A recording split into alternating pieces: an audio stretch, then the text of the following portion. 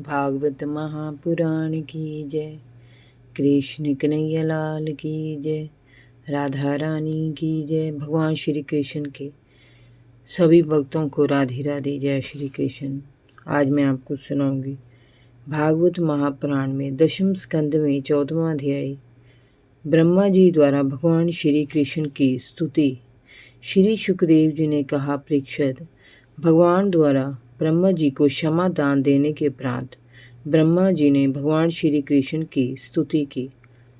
ब्रह्मा जी ने कहा, प्रभु, मैं आपकी लीला को नहीं जानता और ना ही आपकी इच्छा को ही कि आप कब और क्या चाहते हैं। मैं आपके श्री चरणों में नमन करता हूँ। वर्षाकालीन मेघ के समान आपकी श्यामल गात पर झिलमिल करता ये पीताम्बर अति शोभायमान है।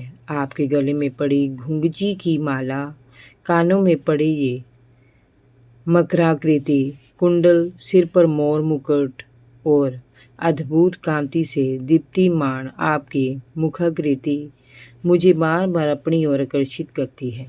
बाल गोपाल का आपका वेश और अंधरों पर रखी मूली जैसे समस्त ब्रह्मांड को मोहित किए हुए हैं। हे समय प्रकाश प्रभु, आपका ये श्री विग्रह भक्तों के अभिलाषाओं को पूर्ण करने वाला है। मुझे अनुग्रहित करने के लिए ही आपने अपनी इस रूप माधुरी को प्रकट किया है। मैं यहाँ कोई और समाधि लगाकर भी आपके इस सच्चिदानंद विग्रह की महिमा को नहीं जान सकता। आप आत्मानंद स्वरूप हैं, सत्य हैं और जगत के कल्याण हेतु ही आपका अवतार हुआ है। भगत जन प्रेम के द्वारा ही आपके दर्शनों का सौभाग्य प्राप्त कर पाते हैं, क्योंकि आप सदा प्रेम के अधीन रहते हैं। जो लोग इस प्रेम का साथ छोड़कर ज्ञान द्वारा आपको पाने का प्रयत्न करते हैं, वे व्यर्थ ही अपना समय और जीवन नष्ट करते हैं। आप तो भावों में अभिव्यक्त होते हैं, तर्क में नहीं। प्रभु, आपकी भक्ति सभी प्रकार के हितों की मूल स्रोत है, कल्याणकारी है और सभी प्रकार के कष्टों की रक्षक है। हे अनंत, इस लोक में न जाने कितने योगी हो गए हैं, परंतु योग द्वारा क्या वे आपको प्राप्त कर सकते हैं? योग द्वारा समस्त कर्मों को आपके श्री चरणों में अर्पित करने के उपरांत भी आपके स्नेह को भला कौन प्राप्त कर सके है। आप तो बस भक्तों के दास हैं, प्रेम के भूखे हैं और प्रेम ही आपकी प्यास है। इस प्रेम के सन्मुख कोई भी योग, कोई भी समाधि, कोई भी ज्ञान और कोई भी तर्क कभी ठहर ही नहीं सकता। आपकी प्रेमा भक्ति से भगतजन परम पद को प्राप्त कर पाते हैं। इस मार्ग पर चलकर उन्हें कभी कोई कष्ट नहीं उठाना पड़ता। प्रभु, जिन समर्थ पुरुषों ने अनेक जन्मों तक श्रम साध्य साधना करके पृथ्वी के एक एक कण को, आकाश के हिम कणों और तारों को गिन डाला, उनमें भी भला ऐसा कौन है जिसने आपके सगुण गुणों को गिना हो। जो भी पुरुष आपकी कृपा को पल प्रतिपल अनुभव करता है और प्रारब्ध के अनुसार समस्त सुख दुखों को आपकी कृपा का प्रसाद मानकर ग्रहण करता है, वही आपके हृदय के निकट होता है। उसकी पल पल की देखभाल आप स्वयं करते हैं, जैसे गौ माता अपने बछड़े की देखभाल करती है। हे दीन बंधु, आप अनंत आदि पुरुष परमात्मा है। मैं मायावी और कुटिल हूँ। आपके मायावी चक्रों को मैं फिर भी नहीं समझ पाता हूँ। मेरी कुटिलता तो देखिए कि मैंने आप पर संदेह करके आपकी परीक्षा लेनी चाहिए, जबकि आपके सन्मुख मैं रजोगुण से उत्पन्न एक शूद्र परमाणु की भांति हूँ। आपके विशाल और अनंत ऐश्वर्य के सन्मुख मेरा अस्तित्व अत्यंत तुच्छ है। फिर भी मैं अपने को आपसे अलग इस संसार का स्वामी मान बैठा था। मैं संवेव, अजन्मा, जगतकर्ता और अनंत सृष्टि का जनक हूँ, ऐसा मैंने माना था। इस मायावी मोह के कारण ही मैं अंधा हो रहा था। फिर भी आपने मुझे अपना भृत्य समझकर मुझे क्षमा कर दिया। मेरे प्राण को भुला दिया और मेरे मोह आवरण को छीन भिन्न करके मेरे अहम को नष्ट कर दिया।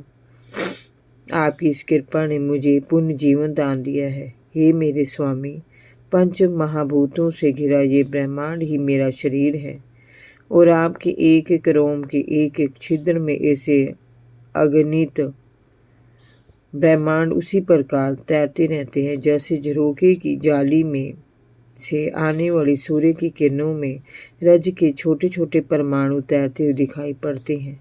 आपकी अनंत महिमा का वर्णन करना मुझ जैसे तुच्छ प्राणी से संभव नहीं है। गर्भ के शिशु द्वारा किए गए अपराधों को जैसे एक माँ सदैव क्षमा करती है, उसी प्रकार आपने मुझे भी क्षमा कर दिया है। हे जगत पिता, जिस समय तीनों लोग प्रलय के जल में विलीन हो गए, उस समय उस जल में योग निद्रा में लीन आपकी नाभि से मेरा जन्म हुआ। इस प्रकार मैं तो आपका पुत्र हूँ, आप ही समस्त जीवों के आत्मा हैं। आप ही समस्त जीवों और ब्रह्मांड के अधीश्वर हैं। आप ही समस्त लोगों के साक्षी हैं। आप भी आपके ही अंश हैं। आपके इस विराट स्वरूप को आपका ही एक क्षुद्र अंश किस प्रकार से देख पाता है। मैं समय आपकी था पाने के लिए 100 वर्ष तक आपको ढूंढता रहा, पर क्या पा सका। फिर आपकी भक्ति के द्वारा ही आपको मैंने अपने हृदय में देखा, परंतु कुछ पल बाद ही आप फिर से अंतर्ध्यान हो गए। प्रभु, आपकी माया का ये आवरण जीव को आपसे तटस्थ करता है। भक्ति से ही इस आवरण को हटाना संभव है। हे प्रभु, जो लोग अज्ञानता के वशीभूत होकर आपके स्वरूप को नहीं जान पाते, उन्हें आप प्रकृति में स्थित जीव के रूप में प्रतीत होते हैं और उन पर माया का आवरण डालकर ब्रह्मा, विष्णु और महेश के रूप में आप उन्हें अपने अस्तित्व से परिचित कराते हैं। उन्हें आप ऐसा दर्शाते हैं कि ब्रह्मा जगत के सृष्टा हैं, विष्णु पालन करते हैं और महेश इस संसार का विनाश करते हैं, जबकि ये सब आपकी इच्छा से ही होते हैं। आप ही अनंत परमात्मा हैं और योगेश्वर हैं। आपकी लीलाओं के विस्तार को भला कौन जान पाया है। ये संपूर्ण जगत स्वप्न के समान असत्य, अज्ञान स्वरूप और दुख देने वाला है। केवल आप ही परम ज्ञान स्वरूप और सच्चिदानंद है। आप ही पुराण पुरुष होने के कारण जन्मादि विकारों से रहित हैं। आप अविनाशी और नित्य हैं। आप समस्त उपाधियों से मुक्त होने के कारण अमृत स्वरूप हैं। हे अच्युत, संसार संबंधी सभी बंधन और उनसे मोक्ष, ये दोनों ही नाम अज्ञान से कल्पित है। अज्ञान के ही ये दो नाम प्रतीत होते हैं। जैसे सूर्य में दिन और रात का भेद नहीं होता, वैसे ही विचार करने पर अखंड शुद्ध स्वरूप आत्म तत्व में ना तो कोई बंधन है और ना मोक्ष। ये मनुष्य शरीर को ही आत्मा समझने की भूल कर बैठता है, जबकि आत्मा शरीर में रहते हुए भी शरीर से तटस्थ होता है। वह जीव की जीवनी शक्ति है, उसके अलग होते ही शरीर मृत हो जाता है। सभी जीवों के अंतकरण में आप दृष्टा के रूप में विद्यमान रहते हैं। इसीलिए संत लोग आपके अतिरिक्त जो कुछ भी दिखाई दे रहा है उसका परित्याग करके आप अपने भीतर ही आपको ढूंढते हैं। अपने भक्तों के हृदय में रहने वाले आप समय ही अज्ञान को उत्पन्न करते हैं और समय उसका नाश भी कर देते हैं। आपके ज्ञान की महिमा का स्वरूप ही ऐसा है कि उससे अज्ञान द्वारा कल्पित जगत का नाश हो जाता है। हे प्रभु, मुझ पर ऐसी दया कीजिए कि मैं किसी भी युग में तथा किसी भी योनि में जन्म क्यों न लूं, परंतु मेरी भक्ति आप में सदा बनी रहे और मैं सदैव आपके चरणों की सेवा करता रहूं। जगत के बड़े बड़े यज्ञ सृष्टि के प्रारंभ से लेकर आज तक आपको पूर्ण रूप से संतुष्ट नहीं कर सके, परंतु ये ब्रज की गायों, बछड़ों, ग्वालों, बाल गोपालों और पशु पक्षी तथा जड़ वनस्पति का सौभाग्य है कि वे आपके साथ रहकर नित्य आपको संतुष्ट करते रहते हैं। वास्तव में उन्हीं का जीवन सफल है जो आपके निकट रहते हैं। नंद आदि ब्रजवासी गोपों के धन्य भाग हैं कि उन्हें आपका साथ मिला है। अंत, हे प्रभु, इस ब्रज भूमि के किसी वन में, किसी आंगन में, गोकुल और वृंदावन में, किसी भी योनि में हमारा जन्म हो जाए तो हम अपना जीवन सफल मानेंगे। ये हमारे लिए अहोभाग्य की स्थिति होगी, क्योंकि यहाँ जन्म लेने पर आपके किसी प्रेमी की चरण रज हमारे ऊपर अवश्य पड़ी जाएगी। हे जगदीश, आपके प्रेमी ब्रजवासियों का जीवन आपका ही जीवन है। आप ही उनके जीवन के एकमात्र स्वरूप हैं। उनके चरणों की धूली मिलना आपके चरणों की धूली मिलने के समान है। आप संपूर्ण फलों को देने वाले हैं। इसी से मेरा मन मोहित हो रहा है। आप अपना स्वरूप भी इन्हें देकर कदापि ऊर्ण नहीं होंगे। आपने तो उस क्रूर पूतना और बकासुर आदि का उद्धार कर दिया जो आपसे शत्रुता दिखाने के लिए आपके पास आए थे। हे प्रभु, आप विश्व के सभी बखेड़ों से दूर हैं, फिर भी आप उन सभी भक्तों का उद्धार करते हैं जो आपकी शरण में आते हैं। हे श्री कृष्ण, आप सच्चिदानंद स्वरूप सबके साक्षी हैं। आप सबके हृदय की बात को जानते हैं। आपसे मैं और क्या कहूँ। अब आप मुझे स्वीकार कीजिए, मुझे अपने लोक में जाने की आज्ञा दीजिए। मैं बार बार आपको नमन करता हूँ। प्रेक्षक, संसार की रचना करने वाले ब्रह्मा जी ने इस प्रकार भगवान श्री कृष्ण की स्तुति की। इसके बाद उन्होंने 3 बार उनकी परिक्रमा करके उनके चरणों में प्रणाम किया और फिर उनकी आज्ञा लेकर अपने ब्रह्मलोक की ओर चले गए। भगवान श्री कृष्ण पुण्य बछड़ों के साथ यमुना किनारे अपने साथी ग्वाल बालों के पास आए। उन्हें देखकर सभी प्रसन्न हो उठे और सभी ने मिलकर भोजन किया और अपने अपने घरों को लौट आए। उसी दिन बालकों ने ब्रज में जाकर कहा कि यशोदा मैया के लाडले ने आज वन में एक बड़े भारी अजगर को मार डाला है। उन्हें इस बात का जरा भी भान नहीं हुआ कि इस घटना को घटे 1 वर्ष व्यतीत हो गया है।